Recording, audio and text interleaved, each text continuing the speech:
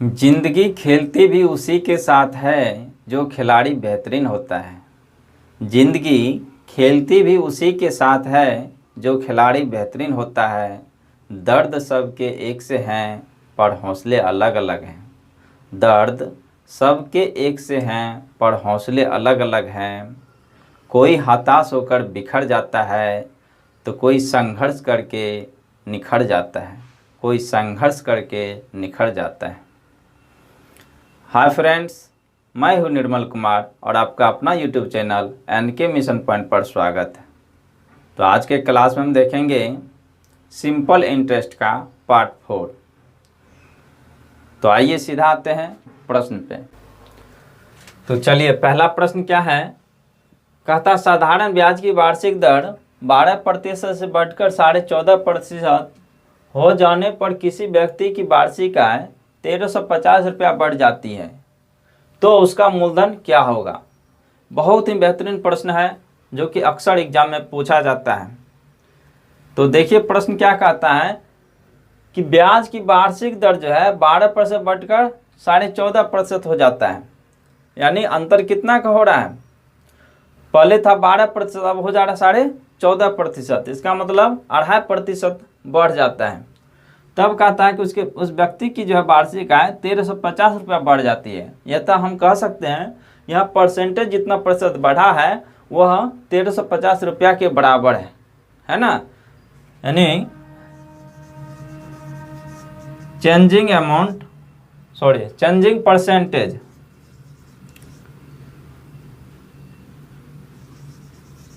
Changing percent बराबर changing amount.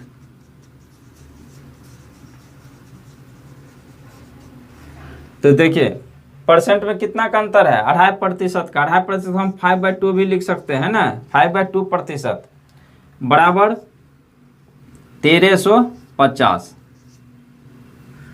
देखिए 2.5% बराबर 1350 है। तो हमसे क्या पूछा है, उसका मूलधन क्या होगा। कोई भी मूलधन अपने आप में 100% रहता है।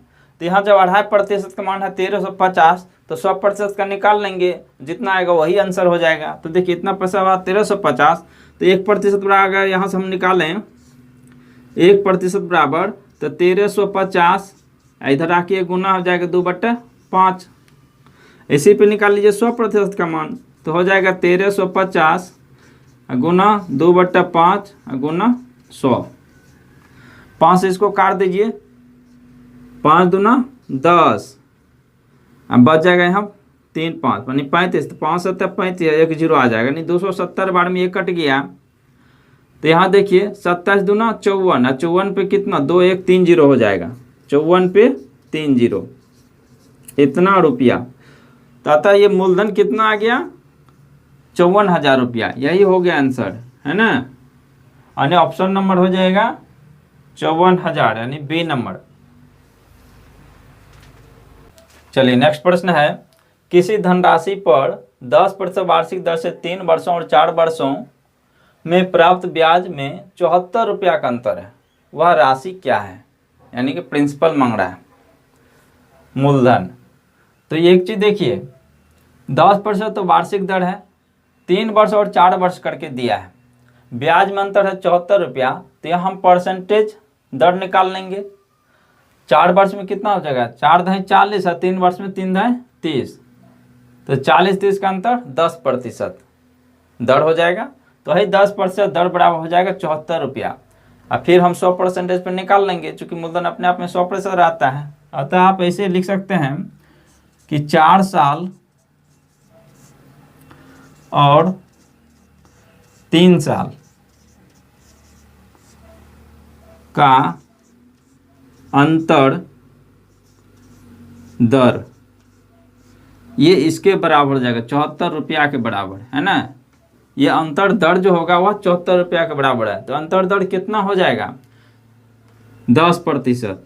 10% बराबर 74 रुपया, है ना। क्योंकि 4 साल में होता है 40 और 3 वर्ष में हो जाएगा 10 या 30, दोनों का अंतर 10%। तो इसी पे आप निकाल लीजिए 100% का मान। तो 100% बराबर 74/10% गुना 100%। प्रतिशत कट ही जाएगा, 0 से 0 कट जाएगा।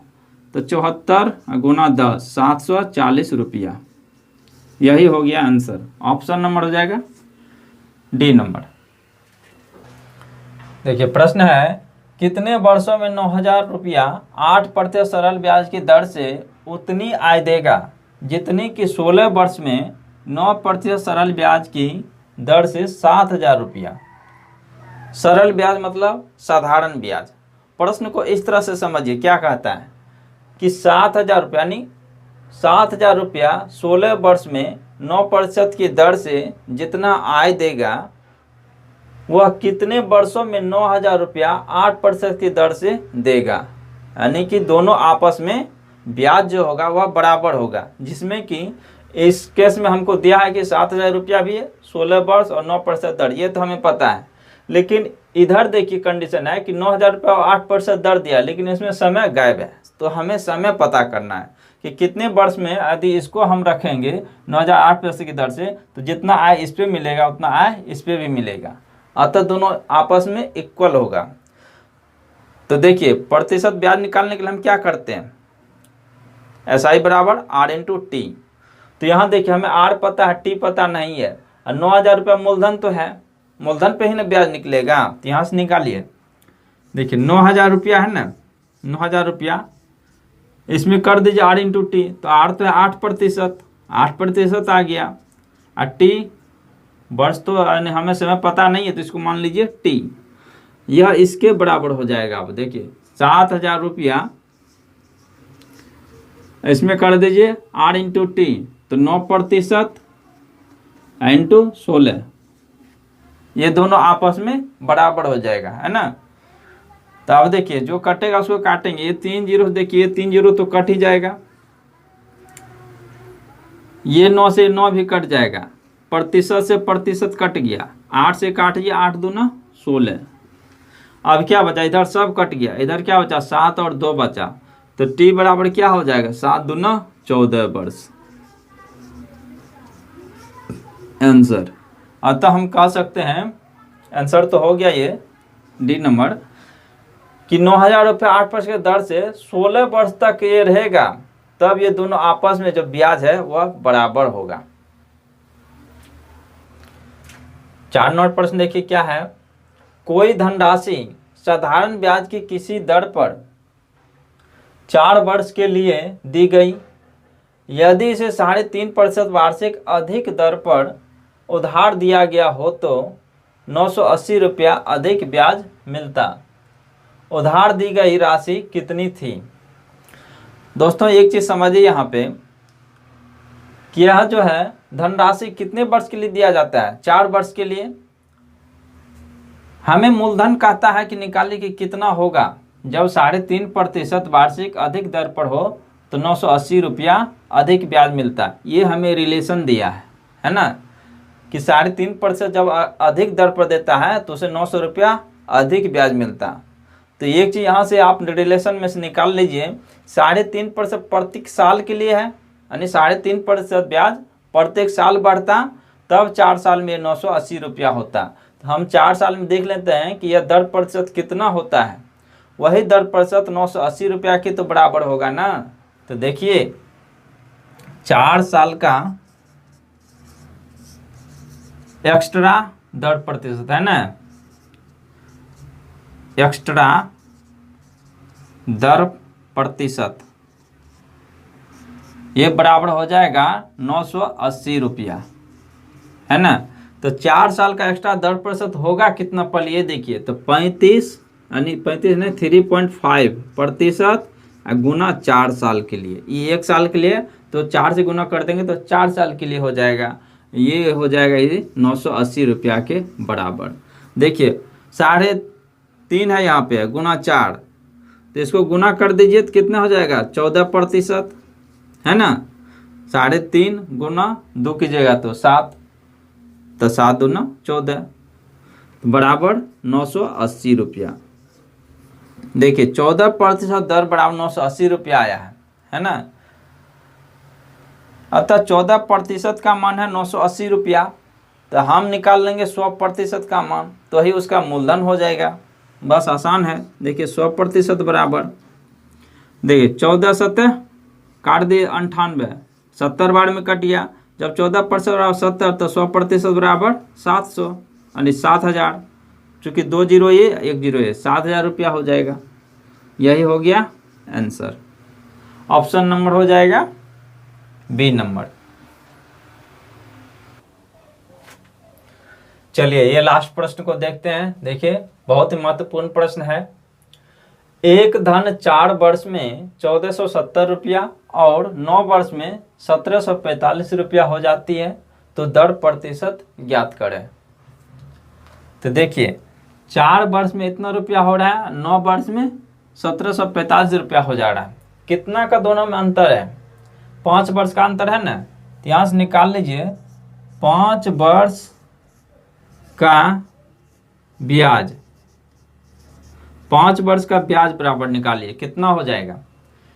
तो देखिए 1745 घटाओ 4 वर्ष का कितना 1470, तो 1470 रुपया है ना। 4 वर्ष से जब 9 वर्ष हुआ तो इस बीच में 5 वर्ष का अंतर है, और ब्याज में अंतर देख लेते हैं कितना हो रहा है। घटा के 1745 घटो 1470, तो 5 का 5, 14 में 7 या 7, इधर बच जाएगा 6 में से 4 या 2, 275 रुपया। ये 75 रुपया हो गया 5 वर्ष का ब्याज, है ना। इसीलिए अब 1 वर्ष का आप निकाल लीजिए। 1 वर्ष का ब्याज बराबर, 1 वर्ष का ब्याज निकालेंगे तो 275 बट्टे में 5 से भाग दे दीजिए, तो 1 वर्ष का ब्याज निकल जाएगा। तो देखिए 25 25 और फिर कट जाएगा 25 25 यानी 55 रुपया। अब हमें 1 वर्ष का ब्याज पता चल गया। 1 वर्ष का ब्याज पता चल गया, हमें निकालना है कौन सी? दर। तो सबसे पहले हम मूलधन पता कर लेते हैं। यहाँ देखिए मूलधन निकालिए, मूलधन बराबर निकालिए। तो देखिए 1470 रुपया 4 वर्ष में हुआ है ना। 4 वर्ष में हुआ 1470 रुपया, तो हम 4 वर्ष का आदि इसमें से ब्याज निकाल देंगे, तो जो बचेगा वही मूलधन बचेगा ना। तो यहाँ से देखिए 1470 घटाओ 55 रुपया है 1 वर्ष का ब्याज, इसमें 4 से गुना कर दीजिए तो 4 वर्ष का ब्याज निकल जाएगा। तो 55 चौके 220, 220 इसमें से घटा दीजिए 1470 में से। 1470 घटो 220, 0 7 में 2 या 5, 4 में 2 या 2, 250 रुपया आई 1 आ जाएगा, है ना। 1470 में 220 घटाएंगे तो 1250 रुपया। ये 1250 रुपया हो गया। ये 1250 रुपया कौन सी आया? मूलधन। अब हमें यहाँ से प्रतिशत ब्याज निकालना है। क्योंकि प्रतिशत ब्याज निकालने से दर से भाग देंगे तो समय निकलेगा, समय से भाग देंगे तो दर निकल जाएगा। तो प्रतिशत ब्याज बराबर निकालिए क्या? 1250 रुपया, ये तो मूलधन है। इस पे 55 रुपया ब्याज आया है ना। 1 साल के लिए हम निकालेंगे तो 1250 रुपया पे 55 रुपया ब्याज आया, और 100% से गुना कर दीजिए तो प्रतिशत ब्याज हमें पता चल जाएगा। तो देखिए 25 पंच 125 और 0 आ जाएगा, तो ये कट गया 50 बार में। अब 25 चौका 100, ये कट गया। और काटिए 11 5 55 कट जाएगा, इसको काटेंगे तो 10 5 50। फिर ये 4 काटिए, 2 दूना 4, ये 5 दूना 10। अब क्या बचा? 11 दूना 22 ऊपर में और नीचा में 5, तो कितना हो जाएगा? 5 चौक 20, 2 22, 4.2/5%। अब यहाँ से दर निकाल लीजिए। दर भी कितना हो जाएगा? 4.2/5% ही। यही हो गया आंसर। आप कहिएगा ये कैसे हो गया? तो देखिए 1 साल का प्रतिशत ब्याज जो होता है वही दर भी होता है। क्योंकि हम प्रतिशत ब्याज में जब हम 1 साल से भाग देंगे तो कोई फर्क नहीं पड़ेगा, है ना। कि यहाँ प्रतिशत ब्याज मान चलिए इतना है, हमें दर निकालना है, तो दर में हम दर निकालने के लिए प्रतिशत ब्याज में समय से भाग देंगे। तो हम तो 1 ही साल का निकाले हैं ना, तो इसमें जब हम 1 से भाग देंगे तो यह इतना ही रहेगा। इसीलिए ये चीज़ ध्यान में भी रखिए कि 1 साल का प्रतिशत ब्याज जो होता है वह दर ही होता है।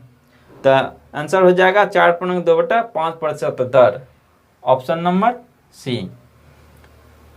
तो आज की क्लास को यहीं पे एंड करते हैं, फिर मिलेंगे नेक्स्ट क्लास में। जय हिंद।